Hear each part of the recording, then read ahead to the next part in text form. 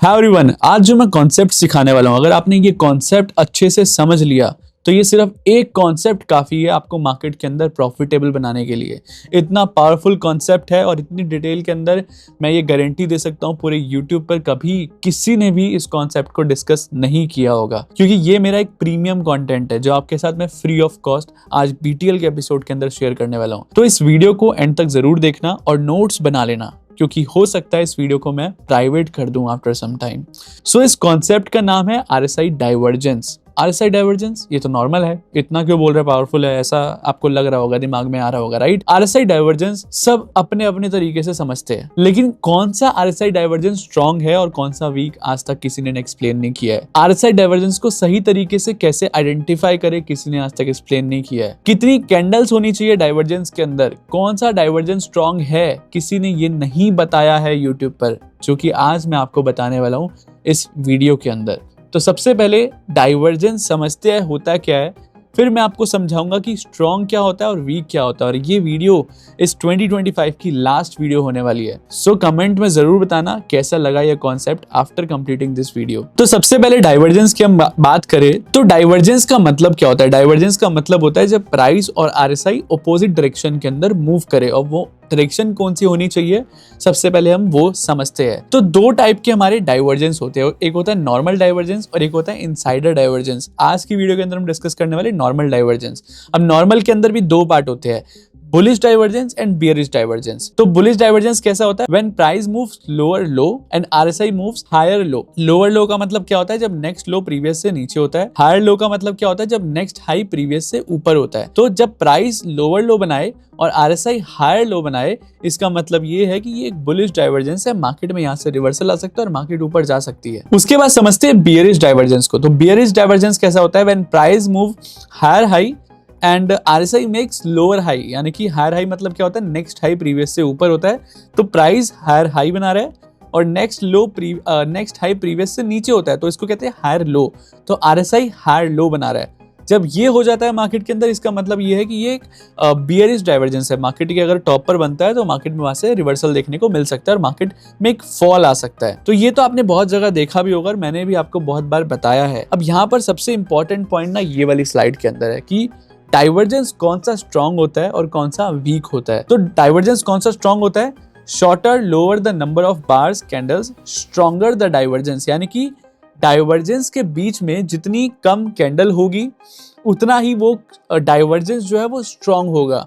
जितनी ज्यादा कैंडल्स होएगी उतना ही जो डाइवर्जेंस है वो स्ट्रॉन्ग नहीं होगा। तो divergence on the candle closing basis. अब डाइवर्जेंस का सेकंड पॉइंट क्या है कि हमारा डाइवर्जेंस जो है वो क्लोजिंग बेसिस कैंडल पे हम मानते हैं। अब क्लोजिंग बेसिस क्या होता है वो मैं एग्जांपल्स में आपको दिखाऊंगा। और ये नंबर कितना शॉर्ट होना चाहिए, तो बेसिकली यहाँ पर होता है minimum 3 bar candle required to identify the divergence. तो फर्स्ट पॉइंट को और डिटेल के अंदर डिस्कस करते हैं। कैंडल डाइवर्जेंस के अंदर कितनी कम होनी चाहिए और कितनी मैक्सिमम होनी चाहिए। तो मेरा एक रूल है 3-5-7 कैंडल्स का, यानी कि जब भी हम डाइवर्जेंस देखते हैं तो मिनिमम 3 कैंडल्स होनी चाहिए और मैक्सिमम जो है वो 7 to 8 कैंडल्स होनी चाहिए एक डाइवर्जेंस के अंदर। अब क्या कितनी होनी चाहिए, कैसे आइडेंटिफाई करें, ये सब पे आएंगे एग्जांपल्स में। सबसे पहले हम समझ लेते हैं कितनी कैंडल्स होनी चाहिए। तो जितनी कम कैंडल का डाइवर्जेंस होगा, यानी कि अगर 3 कैंडल का डाइवर्जेंस होगा तो उतना ही वो स्ट्रॉन्ग होगा। आपको दिखाऊंगा मैं एग्जांपल तो आपको समझ आएगा। 5 कैंडल का, 7 कैंडल तक का भी ठीक है, 8 कैंडल तक मैक्सिमम ले सकते हैं हम। 8 कैंडल के ऊपर नहीं जाना है हमें डाइवर्जेंस के अंदर। सबसे इंपॉर्टेंट रूल यही है कि डाइवर्जेंस में जितनी कम कैंडल्स होएगी उतना ही वो डाइवर्जेंस स्ट्रॉन्ग होगा, जितनी ज्यादा कैंडल्स होएगी उतना डाइवर्जेंस वीक होगा। तो ये पॉइंट आपको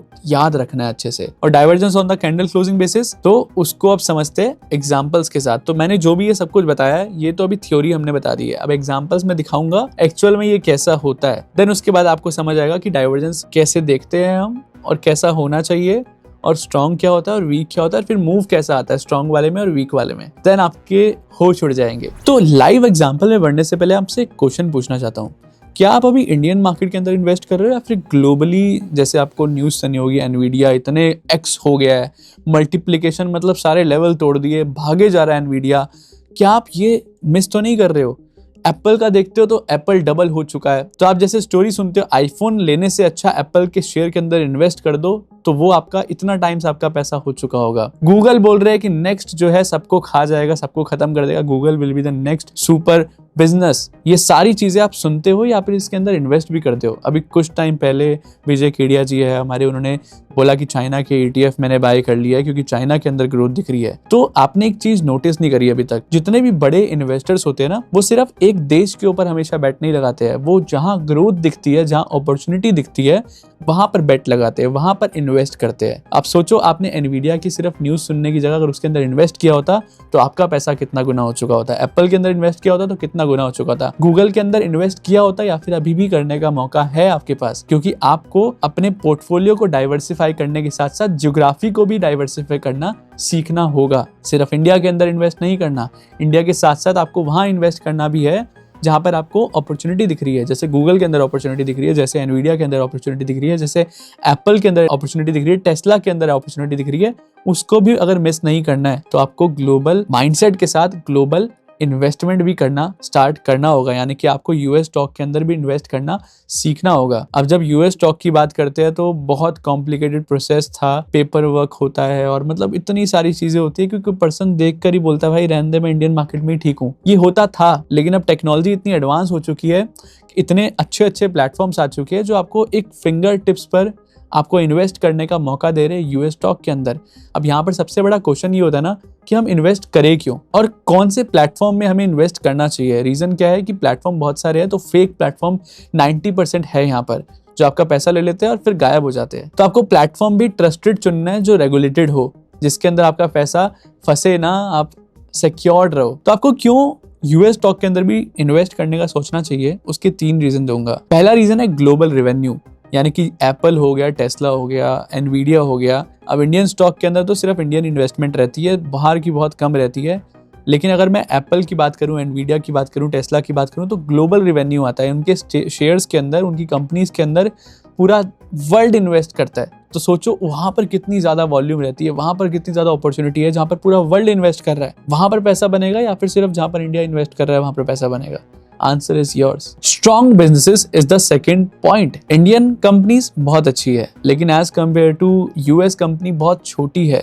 न्यूज से भी यहाँ पर मैनिपुलेशन की जा सकती है, लेकिन बाहर की जो कंपनीज है वो न्यूज से ज्यादा इनोवेशन पे काम करती है कि गूगल ने कोई अच्छा इनोवेशन करा तो स्टॉक भागेगा, एनवीडिया बहुत अच्छा इनोवेशन करा था इसलिए भागे जा रहा है। वहां पर न्यूज से ज्यादा इनोवेशन काम करती है, तो वहां पर ट्रैक करना और इन्वेस्ट करना बहुत इजी है as compare to Indian stocks. Third reason and the most important, आजकल आप सुन रहे होगे रुपी जो है वो रिकॉर्ड लो लगाया जा रहा है 91 हो गया, 92 हो गया, तो गिरे जा रहा है, रुपी गिरे जा रहा है डॉलर के कंपैरिजन के अंदर। तो अगर आप यूएस स्टॉक के अंदर इन्वेस्ट कर रहे हो ना, तो सबसे बड़ा फायदा पता है क्या है? आपकी इन्वेस्टमेंट तो ग्रो होगी, लेकिन आपका रुपी जो गिर रहा है उससे भी आपको फर्क नहीं पड़ेगा। तो मान लो आपने 10,000 रुपए यूएस स्टॉक के अंदर इन्वेस्ट करे, तो आपने यूएस स्टॉक के साथ साथ आपने यूएसडी के अंदर यानी कि डॉलर के अंदर भी इन्वेस्ट करे। तो अब जैसे जैसे रुपी डेप्रिशिएट हो रहा है और डॉलर की वैल्यू बढ़ रही है, तो डॉलर की वैल्यू बढ़ने से आपका पैसा भी हेज हो रहा है। हेज मतलब आपका सिक्योर है। अब रुपी जितना मर्जी गिरता रहे, आपका पैसा यूएस डॉलर के अंदर लगा हुआ है, स्टॉक के अंदर लगा हुआ है, तो स्टॉक बढ़ेगा वो तो बढ़ेगा ही बढ़ेगा। साथ साथ आपके पास एक और एक्स्ट्रा एडवांटेज क्या है कि अगर आप डॉलर भी बढ़ रहा है तो वो भी आपके लिए एक नया अर्निंग है। तो स्टॉक बढ़ेगा, फर्स्ट है, सेकंड डॉलर बढ़ रहा है, सेकंड अर्निंग। तो ये चीजें कोई नॉर्मली डिटेल में नहीं बताता है। एक नेगेटिव पॉइंट भी है कि डॉलर की हम बात करें तो टेस्ला, एप्पल इतने महंगे है, 250-300 डॉलर के स्टॉक है। आप स्टॉक लेने जाओगे, क्योंकि इंडियन मार्केट में क्या होता है, 1000 रुपए का स्टॉक है तो 1000 रुपए होने चाहिए आपके पास, नहीं तो आप शेयर नहीं ले पाओगे एक।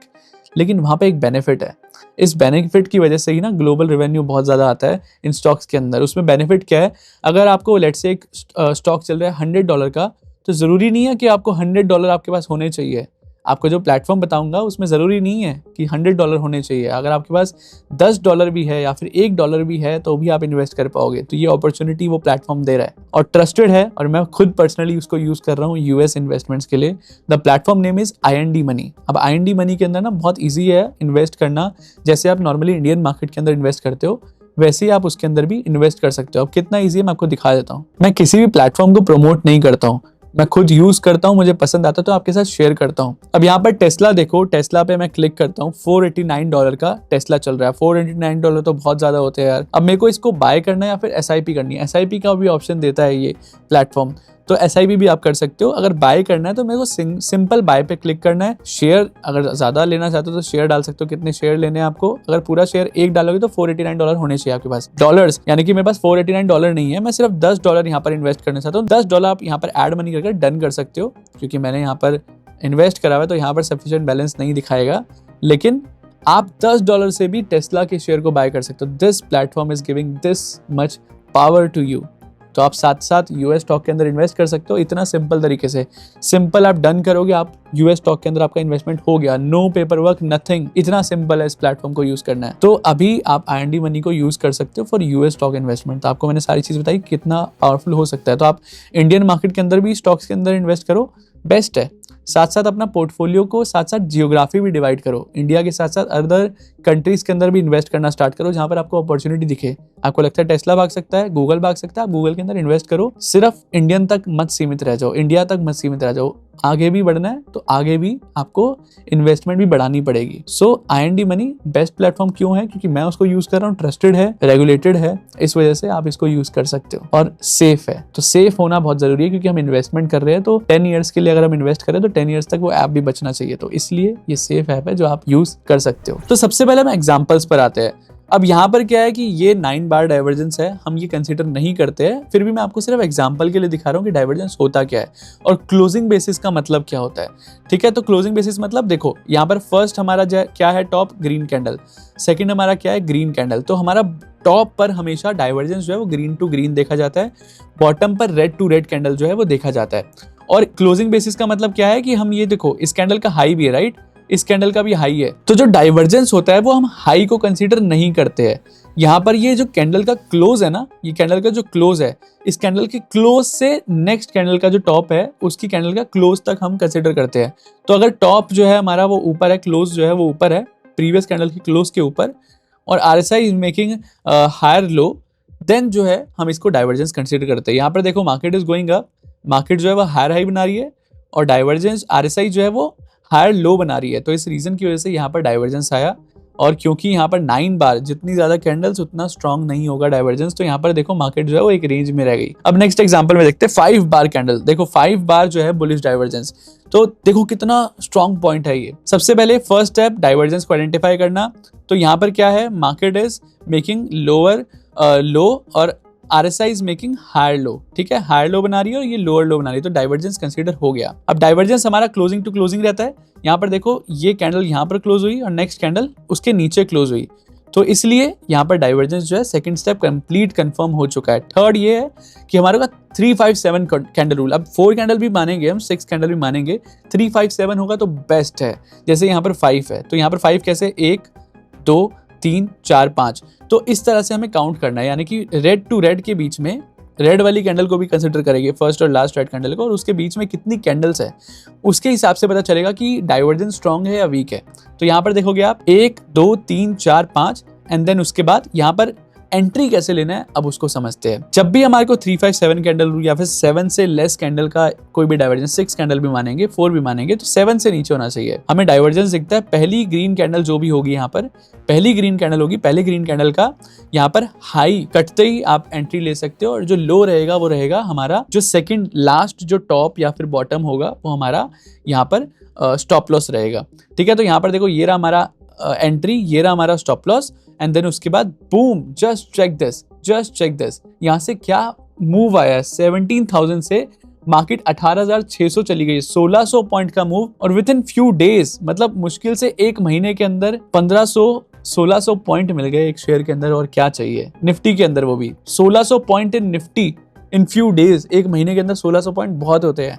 So this is the power of this divergence. अब देखो 3 कैंडल डाइवर्जेंस वो कितना स्ट्रांग है। यहाँ पर देखो ग्रीन टू ग्रीन क्लोज जो है, नेक्स्ट कैंडल जो है वो इससे ऊपर क्लोज हुई है। ठीक है, green candle first green candle से ऊपर क्लोज हुई है, लेकिन RSI is making higher low, तो यहाँ पर डाइवर्जेंस कंफर्म हो गया। और 3 कैंडल डाइवर्जेंस है। उसके बाद देखो रेड कैंडल के नीचे हमारी एंट्री, उसी का हाई हमारा जो लास्ट हमारा जो हाई है, लास्ट जो टॉप है उसका हमारा हाई, हमारा स्टॉप लॉस, इतना सा stop loss, and then boom, just check this, क्या मूव आया, लगातार मार्केट गिरती रही। This is the power of 3 bar bearish divergence. अभी आपको और एग्जांपल दिखाता हूँ। यहाँ तो खत्म हो गया हमारा ये जो मैंने आपके लिए यहाँ पर रखे हुए थे एग्जाम्पल्स कुछ। तो अब मैं आपको लाइव लेकर जाता हूँ निफ्टी के अंदर, देन उसके बाद आपको रियल में दिखाता हूँ कि कितना पावरफुल मूव्स जो है ये डाइवर्जेंस जो है वो देता है, और दिया भी है पहले। अब यहाँ पर देखो, ये तो कुछ दिन पहले का ही है, राइट? Just check this. ये तो कितने तारीख का है? 5 दिसंबर का है। तो 5 दिसंबर का देखो क्या मूव आया है।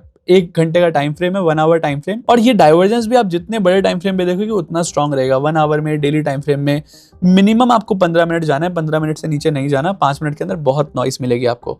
अब यहाँ पर देखो प्राइस क्या कर रहा है, प्राइस हायर हाई बना रहा है। यहाँ पर देखो जो नेक्स्ट कैंडल है वो ग्रीन, जो नेक्स्ट टॉप है ग्रीन टॉप, यहाँ पर ग्रीन जो है वो फर्स्ट ग्रीन से ऊपर क्लोज हुई है, and RSI is making higher low. अब यहाँ पर देखना इसकी फिगर्स, ठीक है? तो यहाँ पर देखो 61.87, 61.84, तो RSI नीचे जा रहा है, प्राइस ऊपर जा रहा है। तो when price is going up, RSI is going down, इसका मतलब क्या है? Price is going up, RSI is going down. Then उसके बाद हमें क्या करना है? फर्स्ट जो रेड कैंडल बनेगी, टॉप पर रेड कैंडल, बॉटम पर ग्रीन कैंडल, तो फर्स्ट जो रेड कैंडल बनेगी हमारे को उसके नीचे एंट्री लेनी है। यहाँ पर हमें एंट्री लेनी है। स्टॉप लॉस रहेगा हमारा फर्स्ट टॉप का हाई। स्टॉप लॉस कितने पॉइंट का? 18.40, ठीक है? टारगेट क्या रहेगा? टारगेट की तो मैंने बात करी नहीं, राइट? तो टारगेट क्या रहेगा वो ध्यान से सुनना। मिनिमम 1:2। उसके बाद सेकंड हमारा टारगेट रहेगा स्विंग लो। स्विंग लो मतलब जहां से मार्केट ने रिवर्सल दिया था। तो स्विंग लो यहाँ पर कहां पर है?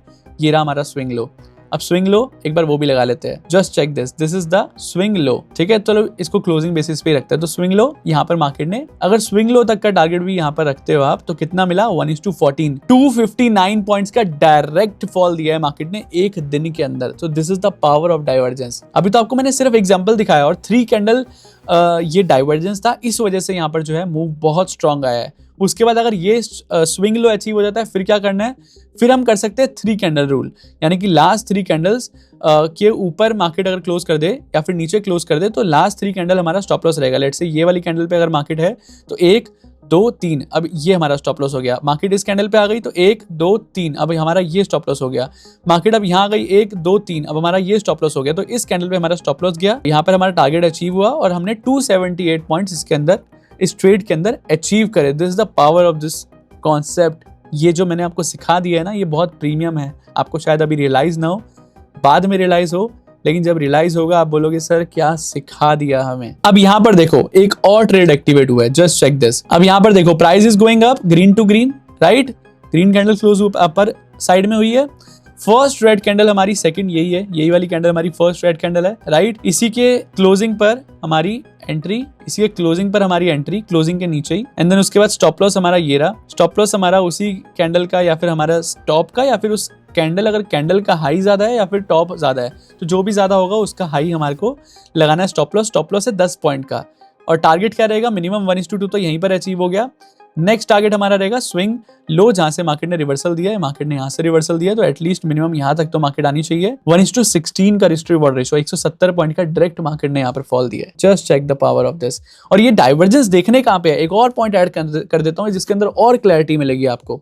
डाइवर्जेंस देखने कहाँ पे है? हमेशा 60 के अबव होने चाहिए, या फिर 38-40 के जोन के नीचे होने चाहिए। तो आपको मैंने हमेशा बताया 38-40 जोन के नीचे होएगा तो स्ट्रांग रहेगा, या फिर 60-65 के ऊपर होएगा तो स्ट्रांग रहेगा। मिनिमम 60 के ऊपर होना चाहिए और 40 से नीचे होना चाहिए। अगर ऐसा है, या तो 40 के नीचे या फिर 40 पर भी बनेगा तो चलेगा, या 40 के ऊपर नहीं होना चाहिए। ऐसा नहीं होना चाहिए कि 41, 42 पे बनना, नहीं, 40 पर हो या फिर 40 से नीचे हो, 60 पर हो या फिर 60 के ऊपर हो, तो डाइवर्जेंस हमें कंसिडर करना है। बीच के अंदर कहीं डाइवर्जेंस बने तो हमें वो इग्नोर करना है। सो ये एक और पॉइंट आपको एड ऑन कर दिया। लास्ट बीटेल के अंदर जो सिखाया था उसका advance version, this is only for you guys, and this is the last video of 2025, इसलिए इसको अमेजिंग तो बनाना ही था। इतना प्रीमियम और इतना स्ट्रॉन्ग कॉन्सेप्ट सिखाकर जा रहा हूँ। I bet you will become profitable in 2026 just following this thing, mark my word. Okay, so कैसा लगा आज का एपिसोड मुझे कमेंट करके बताओ, और होमवर्क भेजो। डिस्कॉर्ड का लिंक डिस्क्रिप्शन कमेंट सेक्शन के अंदर है, होमवर्क भेजो, मैं आपका होमवर्क चेक करता हूँ।